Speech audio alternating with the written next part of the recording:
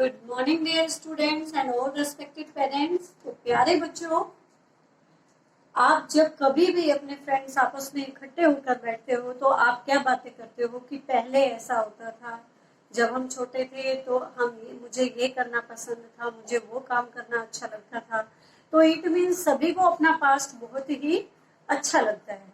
सभी को अपना बीता हुआ समय, जैसे जो भी समय बीत जाता है, वो हर एक व्यक्ति की ये नेचर है कि उसको ये लगता है कि पहले जो भी समय बीत गया वो ज्यादा उसके लिए बेटर था।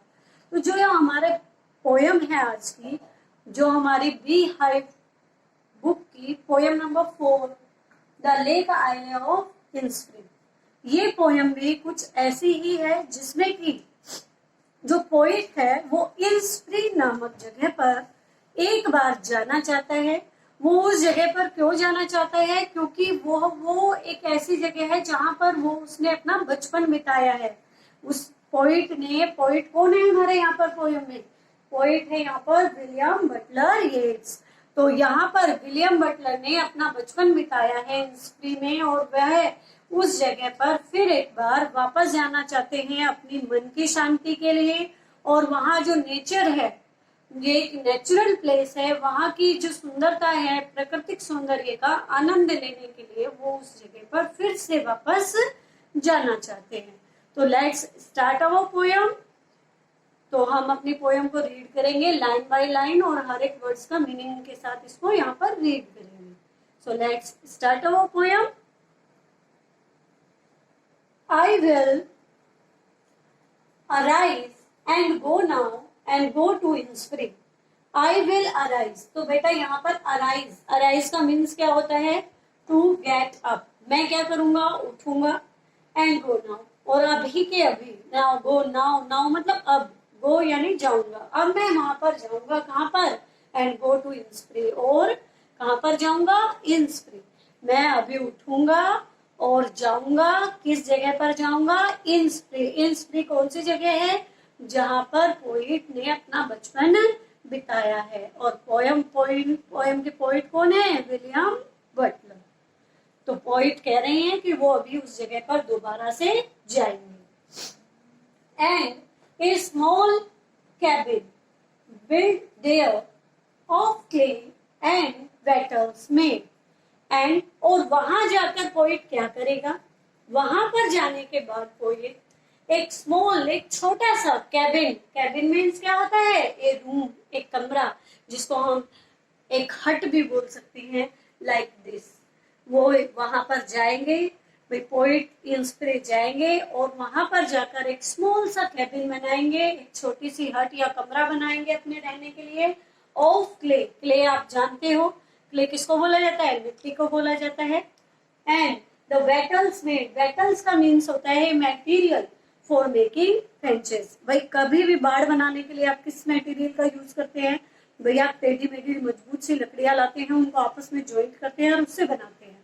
तो ऐसी ही टेढ़ी मेढ़ी लकड़ियों और मिट्टी से मिलकर पोइट क्या करेगा? वहां पर एक अपने रहने के लिए एक छोटा सा सुंदर सा कैबिन बनाएगा। इसके बाद देखिए, 9 bean rows will I have there a hive for the honey bee. So poet कहते हैं 9 beans row। बीन आप जानते हैं, बीन की सब्जी भी, जिसको हम सेम बोलते हैं, सेम की सब्जी भी सभी ज्यादातर घरों में मोस्टली में बनती है। तो पोइट वहां पर जाकर क्या करेगा? बीन्स रो का मतलब होता है ग्रो फूड, भोजन, अपने खाने के लिए कुछ फूड आइटम वहां पर उगाएगा। जो बीन्स है उनकी 9 रो का मतलब होता है पंक्ति का मतलब कतारें। 9 रोज लाइन में किसके पौधे लगाएगा? बीन्स के पौधे लगाएगा। वहां पर एक कैबिन बनाएगा, कैबिन के पास क्या करेगा? 9 रोज में बीन के पौधों को उगाएगा। एंड ए हाइव मीन्स क्या होता है? हाइव मीन्स होता है मधुमक्खी का छत्ता। For the B honey bee, honey bee का मतलब क्या होता है? मधुमक्खी। हनी का मतलब शहद और बी का मतलब मक्खी। सो शहद बनाने वाली मक्खी कौन सी होती है? Honey bee. तो वो वहां पर एक हनी बी यानी मधुमक्खियों का एक छत्ता भी होगा। और जैसा कि आप जानते हैं हमारी बुक का नाम भी क्या है? Bee hive. ओके, तो next and live alone in the be loud land. तो वहां पर वह रहेगा, अलोन का मतलब बिल्कुल ही अकेला वहां पर रहेगा, इन द बी लाउड।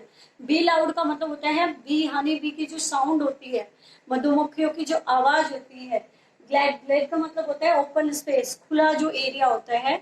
तो वो क्या करेगा पोइट, भाई पोइट इंस्प्री जाएगा, इंस्प्री में जाकर वो एक क्ले और जो बैटल्स है उनका एक स्मॉल कैबिन बनाएगा, और कैबिन के पास 9 बीन्स की रो लगाएगा, और उसके बाद वो वहां पर बिल्कुल अकेला रहेगा उस खुले मैदान में जहां आसपास कोई भी नहीं होगा, और वहां बहुत ही शांति से वो किसका आनंद लेगा, मधुमक्खियों की आवाज को सुनेगा, उनके मधुर संगीत का आनंद लेगा।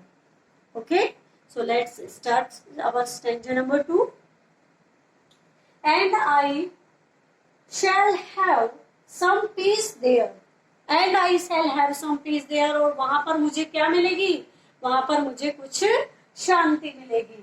for peace, और शांति के लिए comes dropping slow, और भाई यहाँ पर उन्होंने बताया कि जो शांति है वो कैसे होगी, बिल्कुल धीरे धीरे। ड्रॉपिंग स्लो का मतलब बिल्कुल धीरे धीरे सन्नाटा, मतलब हर काम बिल्कुल स्लो स्लो हो रहा होगा, धीरे धीरे घटनाएं होंगी, तो उनमें क्या होता है, शांति से क्या होगा, कोई भी काम जो धीरे धीरे किया जाता है वो बहुत ही शांति देने वाला होता है। तो इसी तरीके से बता रहे हैं कि उससे पीस भी वहां बिल्कुल हल्की हल्की हर चीज में महसूस होगी धीरे धीरे, जैसे कि dropping from the veils of the morning to where the cricket sings.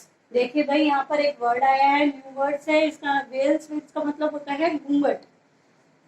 In of the morning, सुबह का घूंघट। आपने कभी सुबह जल्दी उठकर देखा है, सुबह जब आप मॉर्निंग में 4 बजे या 4 o'clock या 4:30 पे जब उठेंगे तो आप देखेंगे चारों तरफ बिल्कुल सन्नाटा होता है, हल्का हल्का अंधेरा होता है, हल्का हल्का सा उजाला होता है, और वो उस हल्के हल्के अंधेरे और उजाले में हमें झिंगुर की मधुर सी आवाज, कभी आप बाहर घूमने अकेले जाते हैं, जब सुबह की शांति में जाएंगे तो आपको ऐसा लगेगा कि वहां पर जिस तरीके से घूंघट करने से क्या होता है, जब घूंघट किया जाता है तो हल्का बहुत दिखाई देता है, कहीं भाई हल्का सा प्रकाश होता है और हल्का सा अंधेरा। इसी तरीके से सुबह के जो घूंघट है उसमें क्रिकेट का जो सॉन्ग है, यहाँ पर cricket not a play, cricket means an insect, यानी जो क्रिकेट गाने वाला झिंगुर है उसकी आवाज का मधुर संगीत वहां पर सुबह के घूंघट के झरोकों से हमें सुनाई देगा।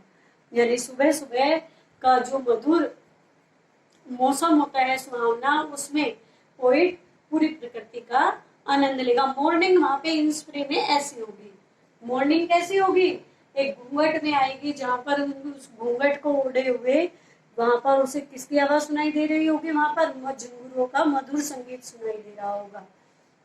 There midnights all a glimmer and noon the purple glow। देखिए भाई, एंड द यहाँ पर बताया मिडनाइट, मिडनाइट का मतलब क्या होता है, मिडनाइट मीन्स होती है आधी रात, और आधी रात को ऑल ए ग्लिमर, ग्लिमर का मतलब होता है ट्विंकल। भाई रात में क्या होते हैं, तारे चमकते हैं, तो रात में क्या होंगे, आधी रात में तारों की चमकीली शाइनिंग, यानी चमक हो गया आसमान में, पूरा आसमान तारों से भरा होगा, चमकीली चमक वहां पर शाइन दिखाई देगी।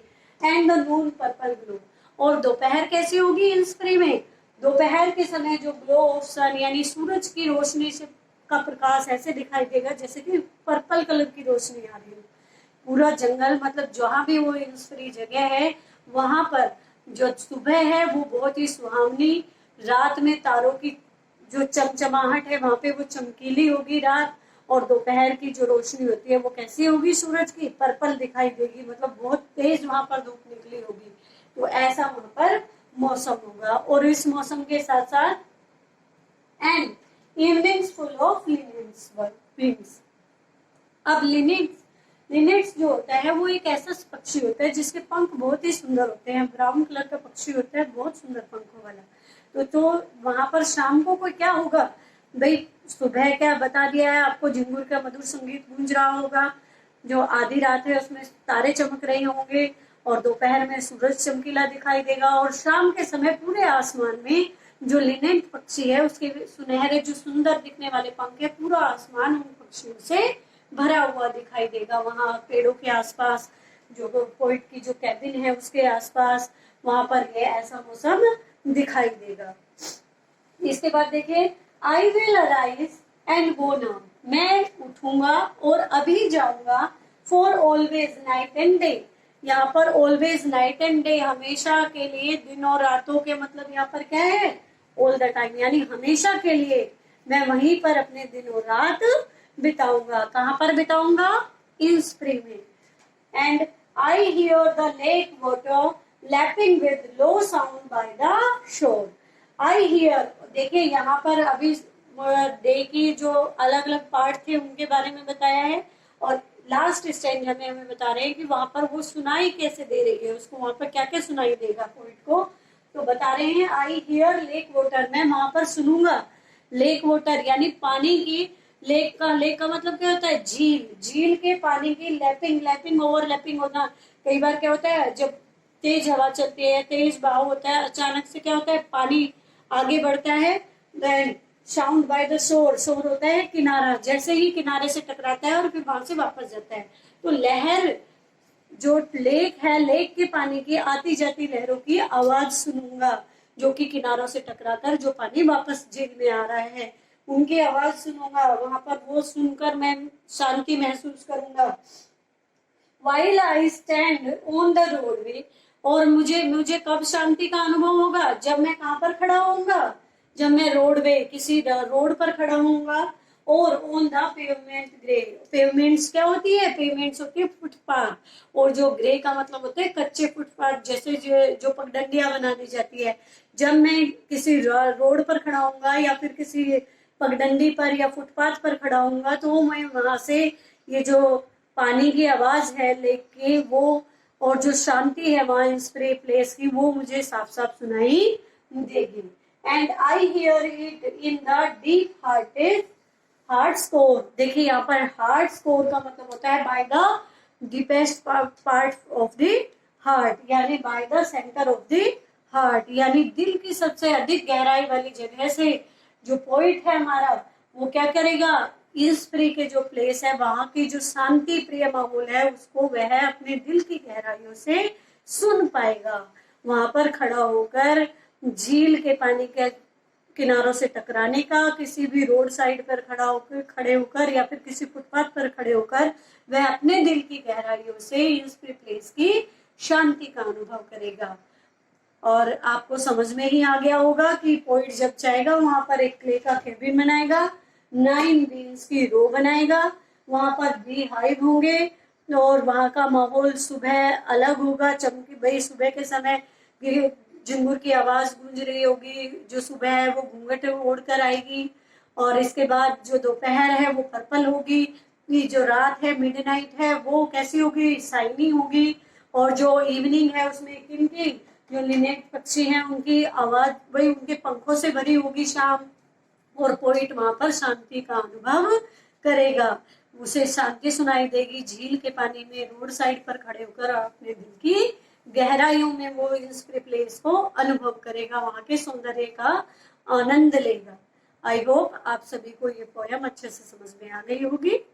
सो थैंक यू बेटा, एंड रीड इट।